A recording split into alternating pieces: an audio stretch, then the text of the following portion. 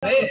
I served the people of East Timor and Australia for their independence and their freedom. And if you think back to the 1990s, the East Timorese were screaming for freedom, and they fought and they fought and they fought and they got their freedom. And I was more than happy to go. After I'd served my time, I thought I would relax. I suffered a lot as a result of my service, but I thought I'd relax and retire.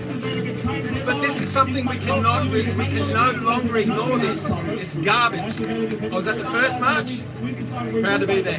The second march, people were afraid. And fear just means false evidence appearing real, or face everything and recover. And the World War II veteran taught me that. He knows what fear is. There's nothing wrong with fear. There's nothing wrong with anxiety. Courage is just having fear, but still doing what you know the right thing to do is, even when you're afraid. That's the simple definition of courage. Even when I'm shaking and scared, I still stand up for freedom. We all need to do that. These medals don't mean anything without these Australians. Us, as a team. We're a brotherhood, sisterhood. I have a wife, I have children. I'm a human. I don't care what colour your skin is. I don't care if you call yourself Arthur or Martha. I don't care what's mixed between your legs. If you're a human and you want freedom and you don't want to be caged, then come with us. Well said. Well said. Very good. All right, man. I found that a while back, and it gives me chills every time I hear it. You know, just some guy at a protest in Australia letting us all know.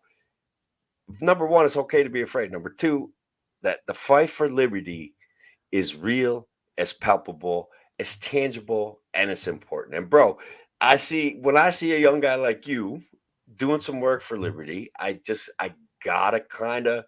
gotta reach out every once in a while, you know? Of course.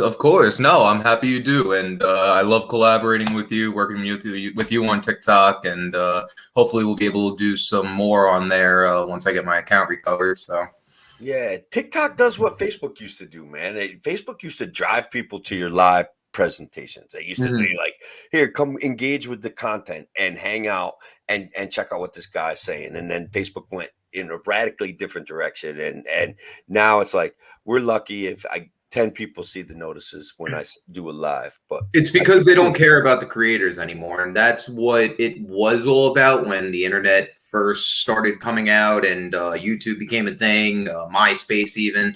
It was all about who can get the most likes, who can get this, who can get that. And it started like that. So it was already people wanting to become popular on these things. But now they're taken into the sense where people can have their own radio shows. People can do their own podcast, their own sort of independent journalism in a way on these things where they don't care about the kid talking about Legos. They don't care about the person talking about how to use a forklift. Like, they don't give a shit about those videos. What they care about is people like us who are trying to take them down, take down the establishment in that sense. Whoa, easy. We get banned right now on Facebook. Like, that would be awkward. But yeah, no, in a way though, like, you're absolutely right. And I want to just say, like, when we're talking about taking down the establishment, we're talking about, in my mind, as always, we're talking about a better future politically, starting in New York State. And I have kids that are older than you. Did you know that? Oh yeah, no, I'm sure I think we talked about that before. They've left the state, bro. They're gone. You know, one kid older than you, and she's left the state. She's gone. She's not coming back. The economic opportunity here is not what she can find in other places. Well, every time that I leave New York State, I feel richer. I feel like I just have more money in my pocket. And even being here right now, granted, the Young American for Liberty is paying for my gas. But besides that, I'm saving nearly every cent that I'm making just because things are so much cheaper. And this is a Commonwealth. This was a historically blue state in recent history. Where are you? I'm in Virginia Beach. So I'm in the Long Island of Virginia. Yeah. Now, are you staying down there or what? Yeah, I've been down here since January 10th. So I was in one Airbnb and now I'm in this one, and then I'm going to be getting out of here on February 28th, and I'll be back in New York that day. What are you doing down there? You working? Yeah, I'm working with the Young Americans for Liberty, doing door knocking and pretty much we were trying to get school choice passed, and there were a couple bills for it. There were a couple more as well that were from more like Western Virginia representatives. Yeah. We were hitting the Glenn Davis bill and stuff like that, so we tried to get that pushed through. This guy Glenn Davis, he's the representative for the 84th House District in Virginia, or they're the House of Delegates. So he's the delegate for the 84th district, and he's also the chairman of the Education Committee. So if you're the chairman of the Education Committee and the sponsor of the bill, why are you not able to get it pushed through? Why are you not able to get it pushed onto the House floor for a vote? That's a good question. So now what we're doing, because that failed as of last Tuesday, we're going around doing an accountability campaign, letting them know that pretty much what I told you, that he was the one to sponsor it, the chairman, and couldn't get it passed through for a House vote on the floor. I think it's great that the world has people like you that are willing to lay everything on the line, go to a place like Virginia, and get some stuff done. Like Virginia just recently had this big success, right? As far as changing back to a semi-red state with this Glenn Youngkin, right? Is that who won? Yeah, yep. That's kind of an interesting situation. The thing is, there's a lot of people within the organization that do like him, and a lot of people obviously around here that voted for him. But I'm not a big fan of this guy. I'm between him and Holshill, I'll take him every day. But right, yeah, no, I get it. So one of the things that I think we try to point out regularly is that a lot of times Republicans are talking about freedom, but they're talking about it abstractly, and they're fighting for things that don't really seem like freedom. Is that how is that the sense you're getting from this Youngkin guy? Basically, I mean, he defends qualified immunity. He pretty much wants to militarize the police. And there's already, like, I hear sirens 24/7 out here. So if you're going to be, obviously there's a thing about funding too, but by militarizing the police, like he said he's against demilitarizing them. So that means obviously the opposite. Because obviously no politician keeps it status quo. They're not able to just sustain spending for any sort of period of time. Yeah. Now, has anybody asked him about like no-knock warrants? Obviously, what's his position on qualified immunity? Because look, I have friends, like I'm older than you. I have friends that are police officers. They've explained to me that qualified immunity protects them from frivolous lawsuits. And if they're my friends, I'm telling you that they're the guys that we want on the force, that they're doing basically what's right to the best of their ability. And so they're afraid that if qualified immunity gets lifted, they're just going to get sued out of a job anyway. My thing is with qualified immunity, and I understand that they're your friends and everything, but both of my parents were police officers. My grandfather was chief of patrol in Nassau County, so I come from a background of cops, and I'm open to criticizing them, and they understand that. But also, at the end of the day, we want a better world for cops and for people too. So back to qualified immunity for a second, like his stance on it is that he wants to protect it here in Virginia. But basically, my stance on it is that you are not able to be sued for violating somebody's constitutional rights unless it's laid out in legal terms. I've forgotten that as of now, but in layman's terms, it's that hasn't been done to the exact point of every single step along the way, basically. So if a cop breaks, like the kid who was sleeping on the couch, did you see the video of the kid who was sleeping on the couch and they came into his house, no knock warrant, and just killed him? Yeah. So stuff like that. If he had a knife instead of a gun, or if he had some sort of other weapon, they can play with those sorts of facts of a case where, oh, well, it was a different weapon that he had, or it was this circumstance. So they can change it by little bits, and they get out of a lawsuit that if somebody did nearly 99% the same exact thing, got sued for it, and ended up getting sued for it, and now they can't. Or I'm sorry, they got qualified immunity for it, and now that's illegal. That's a law on the books that they can't do that. So now they're still not open pursuit. So it's just a game of pushing the goalpost, basically. Yeah. Excuse me. That Amir Locke story is an absolute tragedy. There was I did a little a segment or two of it on my radio show, so I did some deep dive into it. The kid that got shot, this Amir Locke, 21 years old, if I remember correctly, a legal possessor of a concealed carry permit. The Minneapolis police, and I may get this mixed up, but Minneapolis and Milwaukee play into this together. They issued one police department issued a warrant for a 17-year-old kid who was involved, perhaps, or allegedly, or purportedly, in a homicide. Right?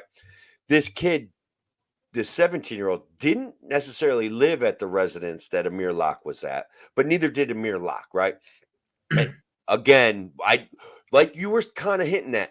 Stories get spun so fast that I don't know who's telling the truth, and I'm skeptical of the police, and I'm skeptical of the civil rights attorneys. I'm skeptical of both of them. They're both spinning on both sides because they want everybody to popularize their side, and that's political action in the courts is not something that's supposed to happen, but it does happen in the news. So whatever. So the police that were going to execute the warrant that came from a different city. Okay, so it's Minneapolis and Milwaukee, and they kind of overlap, if I'm remembering correctly. All right. They said, "Oh no, we're only doing this if we can have a no-knock warrant."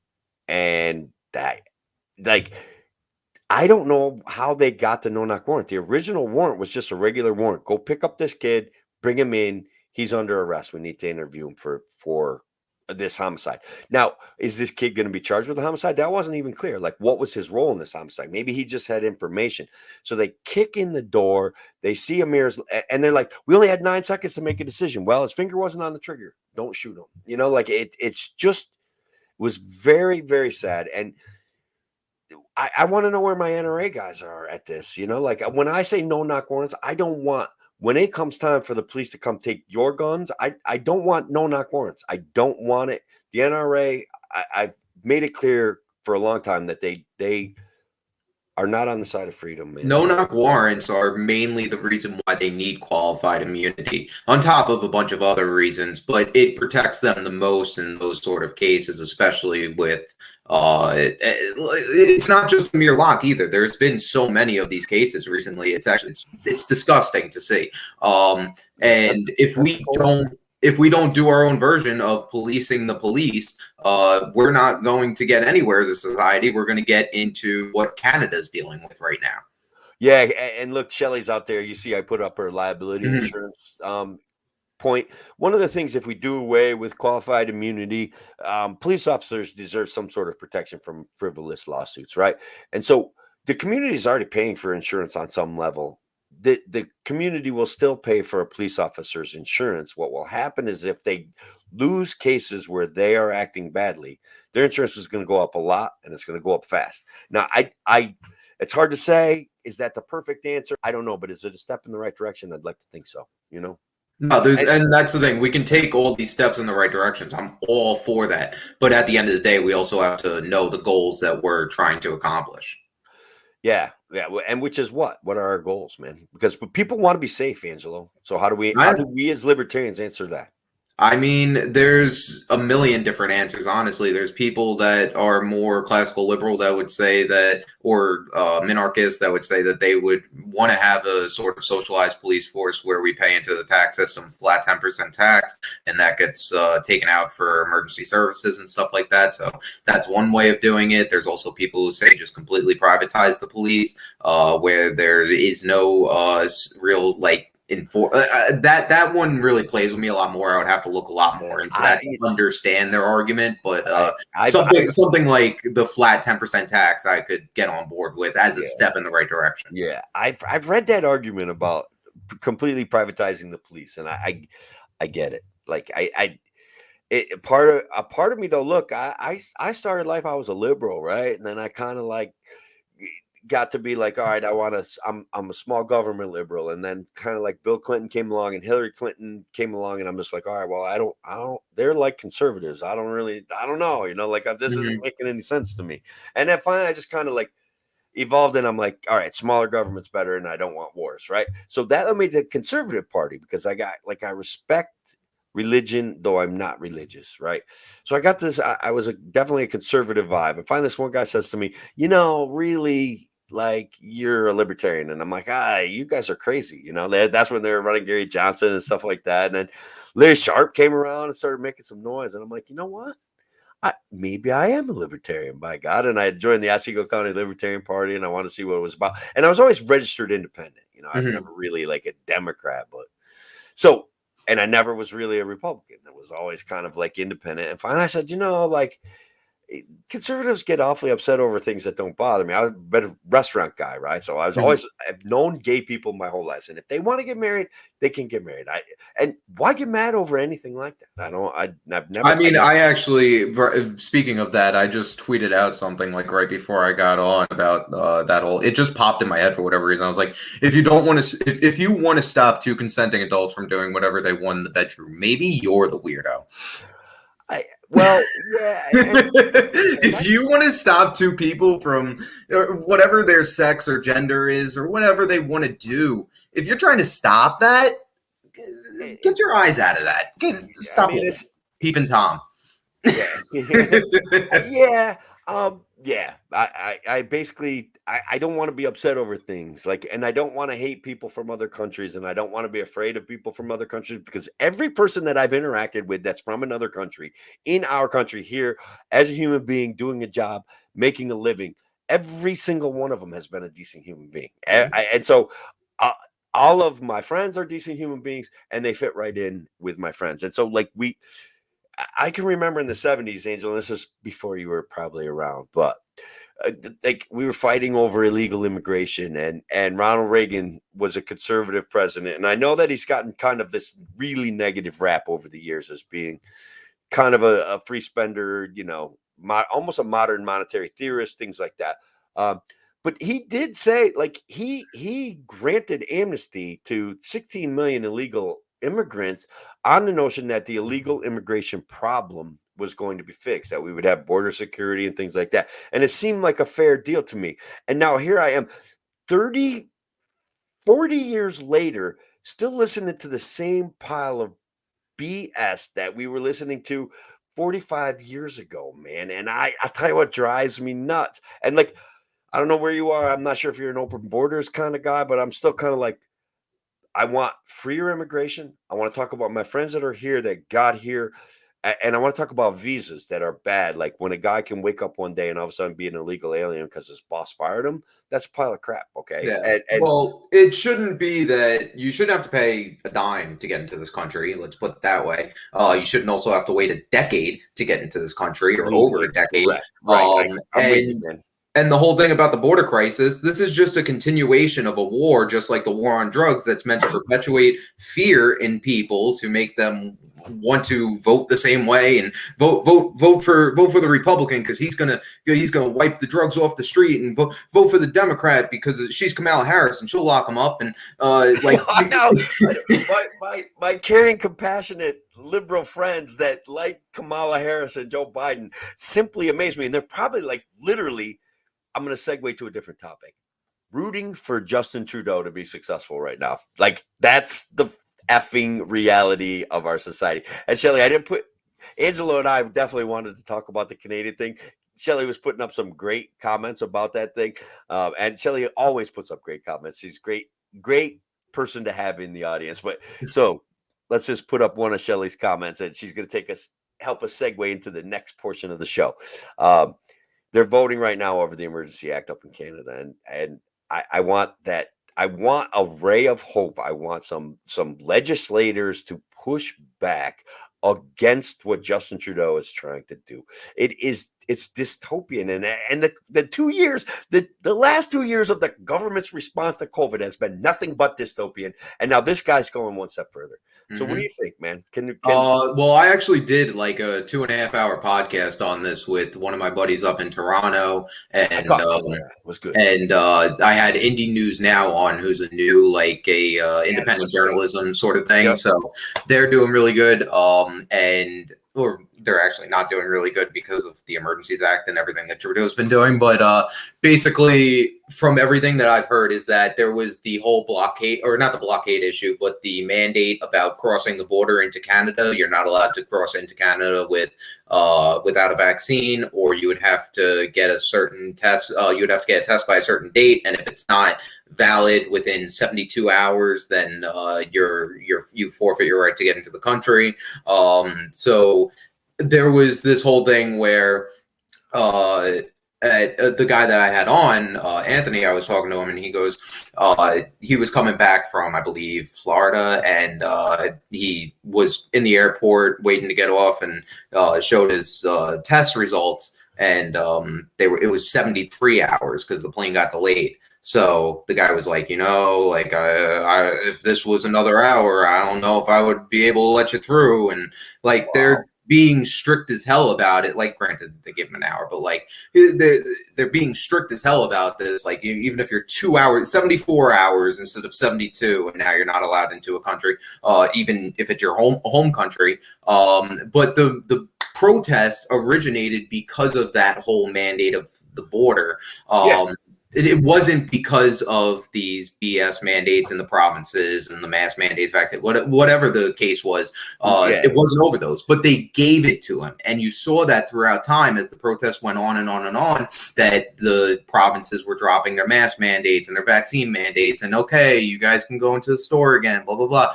That's not what they were there for. They were trying to give them a little bit just so that they would stop. And now that they realize that they won't stop, they've resorted to literal fascism. Well, first Trudeau started calling them racist and misogynist, and that he tried to minimalize them, right? He tried to say, and now they shut that down real quick. 50% of the truckers in Canada are Indian. and well, then they went to the racist, misogynist, and then they're like, it's a small fringe minority. And then the Canadian Broadcasting Company, guys, and this is one of the problems with state-funded media, came out and said, oh yeah, they're protesting, but they're just protesting the conditions of the roads, and they want better roads. And it's like, none of that is true. None of that's been true. And that's a real problem. So they kept trying to minimalize them and dismiss them. And all they had to do was ease off on some restrictions. And that convoy would have never made it to Canada, would have never made it to Ottawa. I mean, they would have really had to get rid of that whole border mandate. But at the same time, the people are fed up with all of the restrictions. They don't want to deal with having to show their vax pass anymore. They don't want to have to deal with wearing the mask in stores anymore. And the great thing is that if stores still want to do this after this is all over and said and done with the mandates, they can still implement it on their own. But the thing is, they're not going to, because they don't want to lose 50% of their customer base and 50% of and cut into their profits and even into their they're going to be in the red before the end of the year. It's so. They're taking the money. Did you see the Ottawa police chief resigned? Oh no, I didn't. But I'm so happy to hear that. Well, check it out. That's a problem, right? He's a strong man, doesn't want to enforce these mandates. A competent man doesn't want to enforce these mandates. He's forced to resign, and then they get the guy they wanted all along, who's in there like, we're going to take your money. We're going to find you after this and take your money, and we're going to find you after this and prosecute you. And that's the guy that they now have in That's trouble. why they don't want to get rid of the Emergencies Act yet. That Trudeau just came out today saying that even though that the blockades that they set up are taken down now, that the Emergencies Act still in place, and we don't want to keep it a day longer than necessary. No, this means that he wants. Yeah, we know what he wants. I won't say it, but I know what he wants. He wants what he's getting, right? The ability to demonize a distinct segment of the population and to use violent force to end whatever it is they're protesting. You know, the UN's there too now, right? What's that? UN dropped in. Well, let's put that comment up. Let's talk about that. According to people in Calgary, according to people in Ottawa, that what they have pictures of a big UN plane, a military delivery system style plane. There is, in fact, evidence, right, that the UN is there aiding the Canadian police. There's evidence that the Canadian police are as one might expect, getting incredibly hostile with people. They're taking out Stompy the horse and running people over, and this is where you got to be careful of media stuff, guys, because like Stompy the horse, the original story was with that it killed this Native American Canadian who was there at the protest. She's not dead. She's not done fighting. I felt that was good news. Okay, like she's still alive, but she did get injured, right? And she's in the hospital, man. And like, if I could comment on that, she is alive. She's doing better in the hospital, I believe, or back at home. Yeah. But the Mohawk Indian tribe found out about that, and now they're on their way to the protest. Oh, I love it. I love it. They were a war tribe. Yeah. I would watch out. Yeah, right. I'm going to jump. I like to jump around on subjects because that's the way my brain works. But New Zealand, have you seen any of the stuff going on in New Zealand? I've seen little, but not really. So the native New Zealanders have a war dance, right? I saw that. Okay, that was pretty cool. Like I like it when the world comes together for these things, man. I do. I really, really do. And look, I'm going to put this out there, man. I'm sympathetic to the people that live in Ottawa. I was sympathetic to the people that lived in Portland. Like, I'm sympathetic to them. But this is an injustice. All they had to do was negotiate. Trudeau, all he had to do was negotiate. That's it. And he didn't. He tried to dismiss, minimalize, and abuse those people. He had to send somebody down from his office to at least talk to the people. They were in a bar talking to the police, saying that they just wanted to speak to one of the officials. I forgot exactly who they wanted to speak to, but they wanted to speak to somebody. They wanted to talk and sit down and have a conversation. They didn't want to be there blasting horns all night and keeping people awake. And they didn't want to waste weeks of their lives sitting in the middle of the street. They don't want to do this. They do it because they have to. They have to. They feel like they have to, that it's time to lift the COVID restrictions. Like, it's time to get back to freedom. And look, guys, some of you guys know, like, truck drivers do not contact a lot of people. They basically drive a truck across a bridge, right? They go pick up a load. It literally gets loaded into their truck. Most of the time they sit in their driver's seat while their truck's getting loaded, or a container gets dropped onto their bed, and then they just drive away. They can electronically sign things. They don't have a lot of contact. The vaccine mandate and this freedom, this restriction on their freedom to make money, and the testing, the 72 hours, all of those things were impacting drastically the amount of money that they could make. We want free trade, man. And they just want to make a living, like, what the hell? Let them make a living. Sorry, I was reposting this on my timeline so other people could see it. Just repeat the last part. Well, I don't remember what I said. My brain jumps around so fast I can't even keep track of it. No, it's that ADHD. It's all libertarian. I do, and I have medicine for it, but I don't take it because I'm way more fun when I don't. I have my own medicine, but it's not prescribed. No, I did ask my doctor if it was possible that I had ADHD, and he's like, well, let's do a screening. And he's like, oh, you probably got it, so he gave me something to try, and I'm like, I don't know. I don't think I want to do that. Yeah, I mean, it's natural. You got to keep it natural. You got to keep it so it's ideas flowing all the time, so your brain's never shut off, basically, and you can just do some breathing exercises and shut it off for a couple minutes. That's fine. Yeah, I mean, I basically just work my way through it most of the time. Like, I just keep moving during the day when I'm working. And we're men. We have thoughts, and we just keep going until we drop dead of a heart attack. Yeah. Do you listen to any of the Jordan Peterson stuff? I've listened to some of his stuff. I wish I would listen to him more, honestly, because I like him. He says some interesting stuff about some of the wokeness that we're facing in society, and I don't know if we should travel down that wormhole. Let's talk about Canada some more. Well, there's been a lot. There was actually a video posted earlier today around Twitter. I saw that it looked like a sporting event, but are they having sporting events in Canada right now? I'm not even sure. Probably. But if they are, some guy was wearing his mask, arguing with a police officer, not sure over what. But then the police officer then proceeded to put his hand around his throat push him back against the stairwell, where his head was within like the railings, like the hand railings, and another officer came up down the stairs, grabbed his neck and tried choking him through the hand railing while his neck was pressed against the thing. Ripped his mask off because, you know, we're trying to keep people safe here. And then there was like 4 cops just beating up on him, and they were like slamming over his head over the railing. So this is all to keep us safe. Yeah. Okay. Yeah. Well, I hate to do this to you. I hate to do this to you, but that is from a first of all, it's a real event. Okay. But second of all, it was posted from a Twitter site called Ottawa Police, but it's not the Ottawa Police. And it was actually an event that happened last summer in Spain. So I saw that. You know the circumstances behind it? I don't. I really don't. But I saw the video, and that video was absolutely shocking. You're on point there. And I thought that one cop was trying to break his neck, to be honest with you. Like, I didn't like what I saw there at all. Yeah.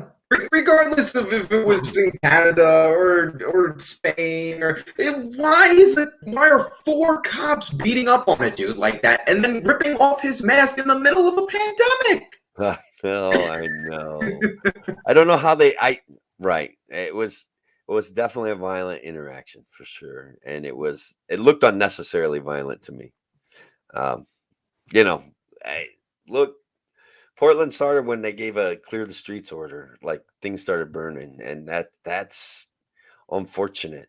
The problem is with a lot of these things is that guy shouldn't have been arguing in the cop's face. Like he was probably over whatever the circumstances were. So that's really where I draw the line with a lot of stuff is if you treat a cop like shit or if you are being belligerent toward him, I don't care what your political views are. If you want to get out of a ticket, don't berate a fucking cop.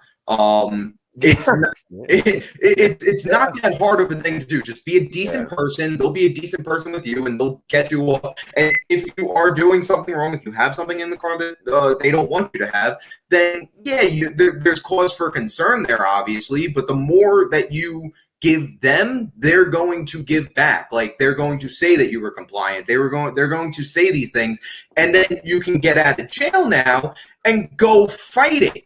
You can actually get out of prison or wherever you would end up if you fought a cop, and go and actually make change. So that's what the whole thing with police officers is.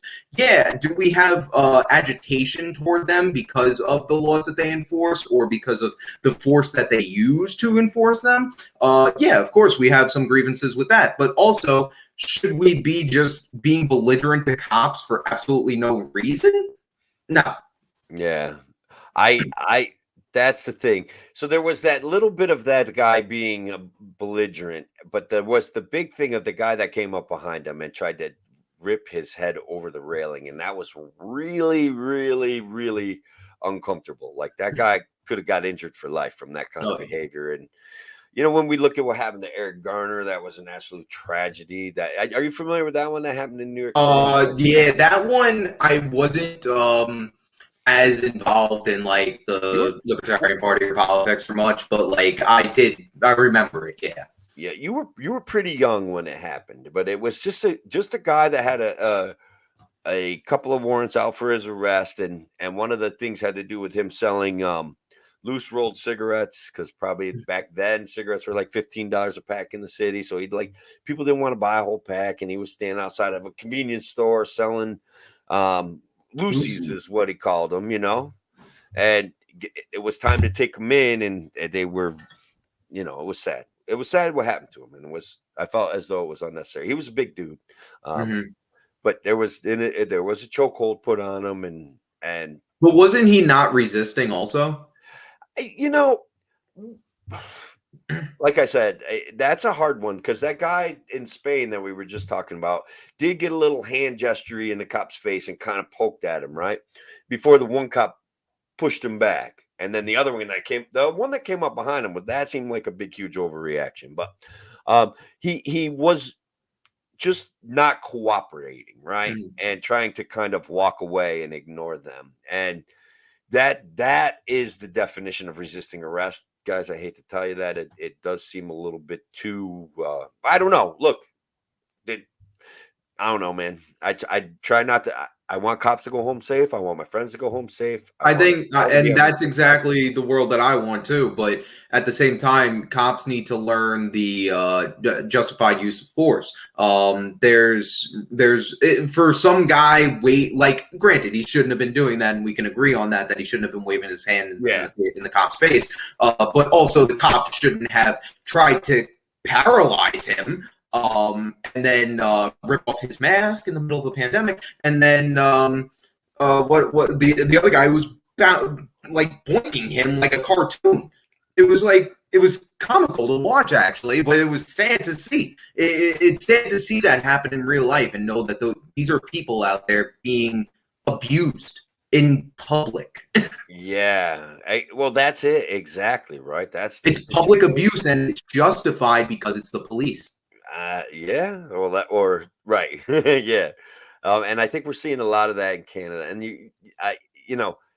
you could see them kind of marching along, and then if someone gets out of line, they yank them behind their line and they cart them off. And look, I want to be honest, I saw stuff that I thought was absolutely militarized vehicles. I think that the Canadian government is like, they slap police over. You could see it's like metal, like the stuff I used to put on my truck to identify my construction business, man. It's just like metal or magnetic stickers, right? They're just like, look, it's not the military, it's the police. And it's like, is it though? I'm pretty sure. Did you see them rip off their badges and name tags and stuff? Yeah, I don't. Yeah, why don't they? Yeah, that's bad. That's scary. That's real scary. That's green police scary. Yeah, that is unfortunate. Virginia Beach needs better infrastructure as far as Wi-Fi goes. Oh yeah. No, your video keeps cutting. This Airbnb was built when they landed here. So really? Yeah, back in like 17. No, it's old though. It's very old. Yeah. Like the wall sockets they don't have that third prong thing for the safety. Yeah. Alice brings up a good point here. I want to get your take on it. A lot of times people want to take an issue like police and our elected representatives take an oath to defend the Constitution. They don't pledge allegiance to a human being. They pledge allegiance to the Constitution and the United States of America.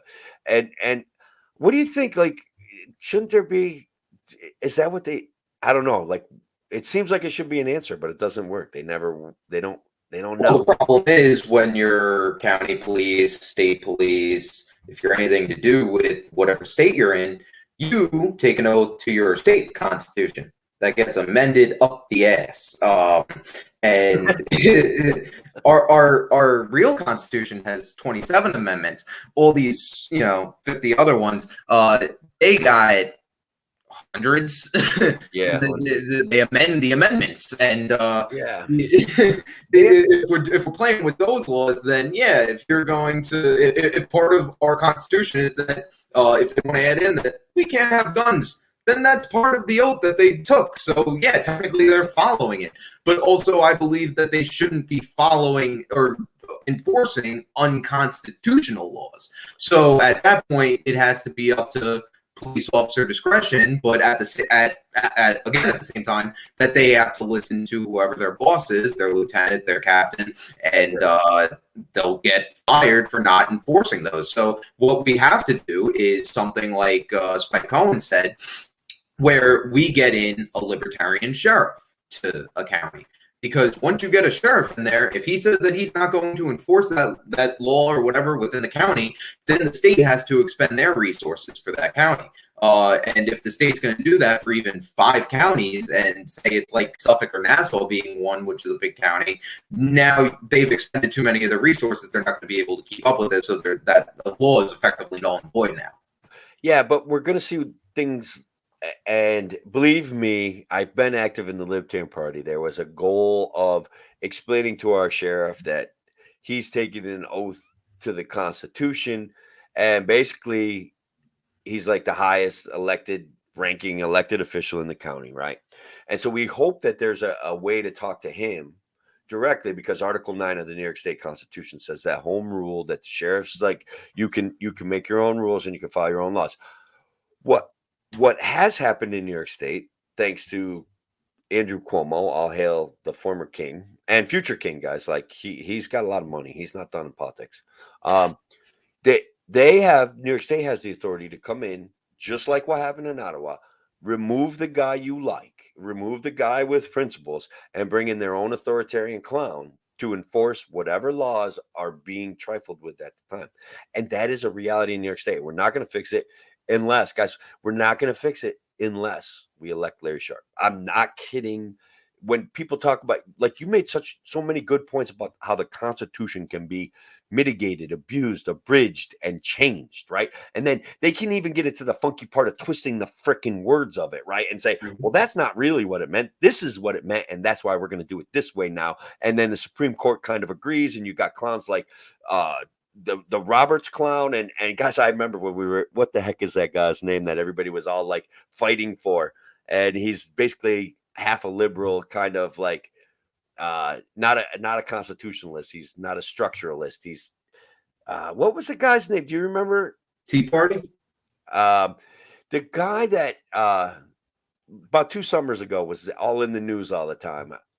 Not Gorsuch, because Gorsuch is a strict constitution. Oh, Kavanaugh. Kavanaugh, yeah, guys, he's like he's just like Roberts. He votes political expediency, and Gorsuch is and Thomas are strict constructionists. They're like, this is what the Constitution says. This is what it's meant before. We don't get to just change that, right? Mm-hmm. So, like when Roberts and Kavanaugh are faced with the mandate issues from the government, they both vote. Not always, but they vote wrong, right? They vote against what we perceive the Constitution to mean. So I'm a big fan of the Bill of Rights, right? But the Constitution is not actually freedom enough for me. And I've talked about that on my show several times. And I say things are not freedom enough for me. Like, I love my assemblyman. He's a great guy, but he fought for medical freedom with the religious exemption from the vaccine. So he's encouraging all these people who aren't necessarily religious to get a religious exemption from the vaccine. And I'm like, with all due respect, that's not freedom enough for me. Like, they know their risks. Let them go to work. That's it. They know their risks. So I don't know. That's the problem with Republicans, is that they become the new left, basically. Whatever the left pushed for, like just with the vaccine mandates. You see what a lot of people are doing when they go into these stores now that they don't know that they have the vaccine mandates in place. That they'll be like, oh, well, can I just wear the mask? Can I just do that? Will this make you happy? Can I appease you by doing this? They settle. They settle for the lesser of two evils, and that's what it's always been.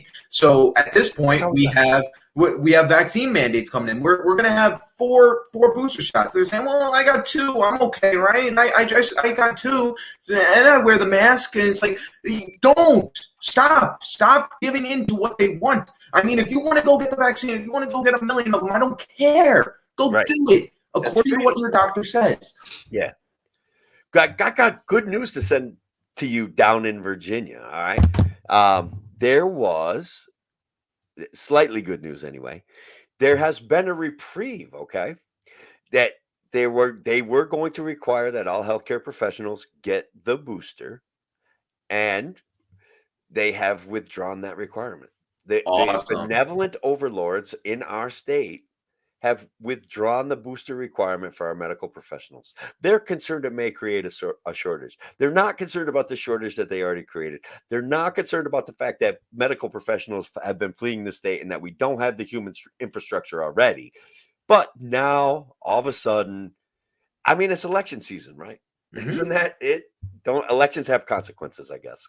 Hey, it's time to put us back in there. We got these masks off your face, for Christ's sake. Like, come on. Come on. What we did. I know your corn. You can't even buy corn anymore. It's like up 50%. But like the masks, like you get to take them off and then go buy the corn.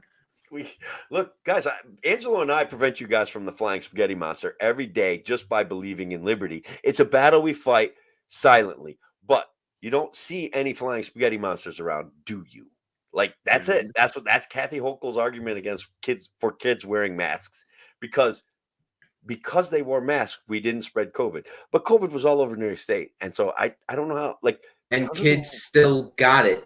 Because of the rules she put in, she prevented something. That's what she says. I heard her say it. I have to check out some of her. She also said the vaccine came from God.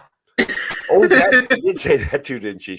Yes, that was really creepy. That's probably one of the creepiest things I've seen all year. We know, I've said this so many times, we no longer live in the Empire State. We live in the regime state. These people are God sent to come here and rule over us. We are back to Mesopotamia.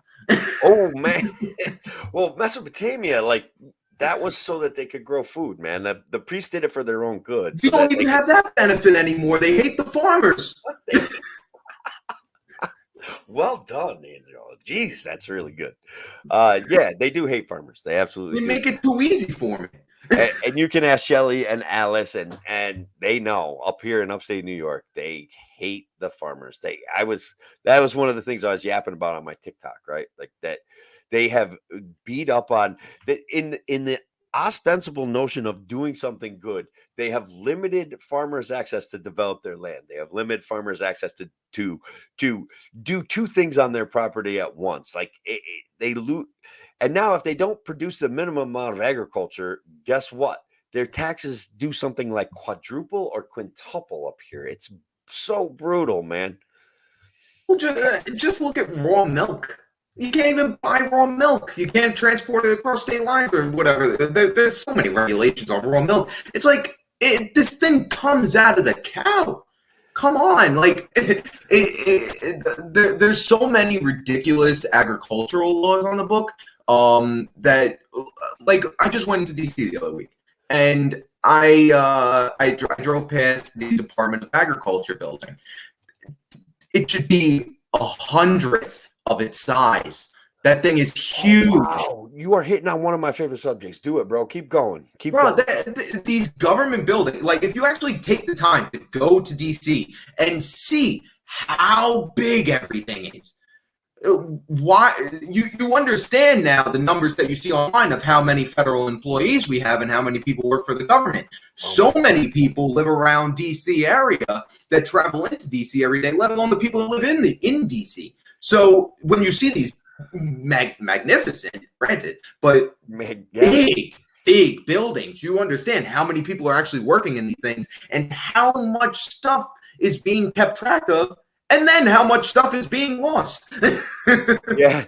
And the nicest buildings in Delaware County they're all government buildings. They're like, you'll be driving through this like area, like what I'm saying, is kind of like a wasteland. There's a couple trailers that have been abandoned, a couple houses that have been abandoned, a farm falling in the ground, and then you come up on the like DC building, and it's like this big event. There's like 100 cars outside of it, and it's beautiful and it's brand new, and you're just like, do you not see the juxtaposition here? Do you not see the problem? Like, can we not at least take a look at this? Mm-hmm. It's amazing to me. Well, because they keep it so big and grand that people just get starstruck by it, and they're like, wow. And it's not theirs. They can't. Yeah, try walking in there. You're going to get arrested. It's not going to keep the water off your head, man. Like when stuff breaks, you're going to be in the cave, and they're going to be there with guns. That's it, protecting their space. Yep. No, it's just insane. And you gotta look, that's where their money's going, building these freaking things and renovating them and keeping them updated and doing processing and everything else on their servers and stuff like that. Like, this is where their money's going, toward maintenance of all this stuff. It's a jobs program too. That's why we have so many people that vote in alignment with bigger government. It's literally a jobs program. So many people are dependent on the government for money. And the government response to COVID didn't hurt those people, right? They were able to work from home, still get paid. Their job actually got a little bit easier, right? They didn't have to deal with people anymore. There was a guard at the door on the days that they had to go into the office. They would not let anybody in. And so their job got tremendously easier thanks to the government response to COVID. I mean, some of them it sucked for, because I was on the phone with unemployment for a little bit when the pandemic first started, and I just heard the kids in the background running around and yelling and stuff. Oh my God, I feel so bad for you. No, please take your time. You know, that's fair. Actually, I'm sure that some people's jobs did get harder, that they were like trying to work and take care of. Oh yeah, but these single fucking millennials, they got it easy. No swearing. Yeah. No swearing on the Tim O'Connor Freedom Variant show. He likes his Facebook access, even though they don't drive that many people to us anymore. But we have the best people here tonight. We got Shelly and Alice, and there's William Van Helmen was in the house for a minute, so that's good stuff. Good to see. Thank you guys for tuning in. Yeah. So what other pressing needs before we kind of kick off? Yeah, we're coming up on the hour mark. I mean, basically, I'm ready to get back to New York and start working on these campaigns. These petitions let's do that. Let's talk about Larry Sharpe for a little bit. Do you mind? Yeah, no, Larry Sharpe is he from when I talked to him, he is very intelligent. I've only seen him up in Albany at the Freedom Summit, and then I saw him in Suffolk County. But he's very intelligent, very quick-witted, very he brings stuff to the table. He brings policy to the table. And like when I went to his website and looked at everything, it was nearly impeccable. Like it's sound policy. What do you think about the Taco Bell Bridge going into New York City? Is that a policy I haven't seen? Well, what he wants it, and look, guys, I mention it because it was one of the first policies that I heard in 2018. And as you guys all know, I enjoy laughing, right? So when Larry said we should sell naming rights to bridges, and I was like, a picture was the Throgsneck or the Tappan Zee getting renamed to like the Taco Bell Bridge, and I laughed, and I'm like, you know what? I love it. And then I was skeptical, right? I'm like, but this is funny, and this is a creative way to approach governing. But then I kind of thought about it, you know? And I'm like, Tappan Zee Indians, and I thought about the Throgsneck, and I'm like, and we all know where the Whitestone, and we all know where those bridges are. And when we go down to when I go down to the city, which is very rarely, okay, sometimes I go down to Long Island, but whatever. When I do that, I'm like, you know, I think that there's actually a. And then you hear about the Pepsi Arena, and then you hear about the OnStar Arena, and then you're like, you know, we're already kind of naming certain aspects of infrastructure already and getting corporate sponsorship for stuff. It's actually working in the inverse, right? Corporations are shaking down the local community for tax breaks to build a big project. But why wouldn't it work in the inverse, where I get half of the Tappan Zee or the Cuomo Bridge? I get half of the Tim O'Connor. Rename the Cuomo Bridge. Whoever's got to do it, I don't care. Somebody's got to do it, man. And it would, honestly, Taco Bell Bridge would be better than that. And I'm sure that somebody would take it seriously, come up with a great name for their business to go on the bridge. Like that, the Taco Bell thing was what popped in my head because that's my favorite. Like, you know, maybe like BlackRock Realty. Yeah, they probably would invest in it. They probably would. In their goal to provide affordable housing all over the country, they would buy a bridge somehow, and you will rent forever, and you will be happy. Oh, it's Klaus Schwab making the show. I haven't talked about that guy a lot because literally I don't talk about that guy a lot because I don't want him to be real, right? I want to be a clown that is making pretend about all this stuff and that nobody is listening to him. But then every single day, it seems like someone takes another one of his freaking policies and puts it out front, like Justin Trudeau. Yep. Well, you got did you Thomas Daniel Queter decided to run for U.S. Senate, not New York State Senate, so he's going to take on Chuck Schumer. I'm happy. I'm good with that. Sean Hayes, kind of a relatively unknown in the Libertarian Party, but a lawyer with a large law firm. I'm kind of excited. Andrew Hollister, who helped really nail down some support out in Western New York, running for lieutenant governor again. And William K. Schmidt, who is actually kind of like he's a friend of mine on Facebook, but we haven't communicated a lot. I'd like to learn some more about him. But he's he actually reached out to me. I'll be getting him on my podcast back when I get back in New York. Oh, cool. Yeah. That's good news. I like that. Yeah, I'm trying to, honestly, for my job, I'm just trying to get on everybody that's running for office, give them all a platform, let them share it with like Facebook groups in their communities and stuff. Like, it's not, I'm not doing it for me. I don't care about me right now. I have a job. I'm okay. Right. I care about them getting their ideas out and me interviewing them basically, and then having their constituents hear it. So I tell them send it to all their Facebook groups, anything in their community that they can help. If they need, like, I'll send them a QR code that has the website on there and like the link to it and whatever they need. Honestly, Dude, what are you talking about, man? It's like technological advancement. I don't even know. what do you mean? I don't know. You said something about QR codes. I can't be. Oh, QR codes. Yeah. Oh, yeah. That's the other thing. I'm getting another job now, and I'm going to be IT support and cyber security business. It'll be pretty cool. So What? yeah, That's very cool. yeah. So that'll be a Will you whole be able other to world. like hack the Pentagon and stuff like that?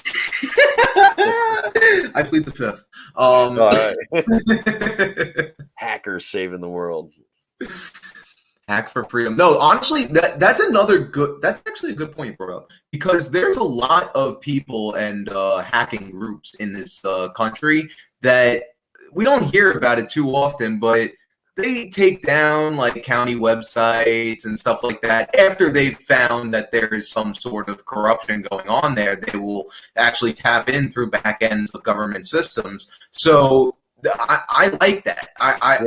Especially when they're not using it for malicious intent against people in the government or whatever the case may be. That I like that because it gives us government transparency in a way. Now, granted, are they getting this information out to millions of people? Probably not. But it just having the ability for them to do that, we need more of that, I think, but for the good reasons of government transparency. Yeah. So look. Check it out. I think Thomas Daniel Queter for U.S. Senate has gone live. It went live a few minutes ago. I very much enjoyed this, Angelo. I hope we do it again. I hope we do some stuff on TikTok because I think it would be funny. Got the young guy, got the old guy doing the TikTok stuff, and you could teach me about the games that they play on there. And you guys should check it out at Liberty Angelo on TikTok and at the Freedom Bear. I got my actual like real name there, like at the Freedom Bear. So catch it. Thanks, Alice. Thanks, Shelly. Thanks, you other guys, for checking us out. We will talk to you all again. I just don't.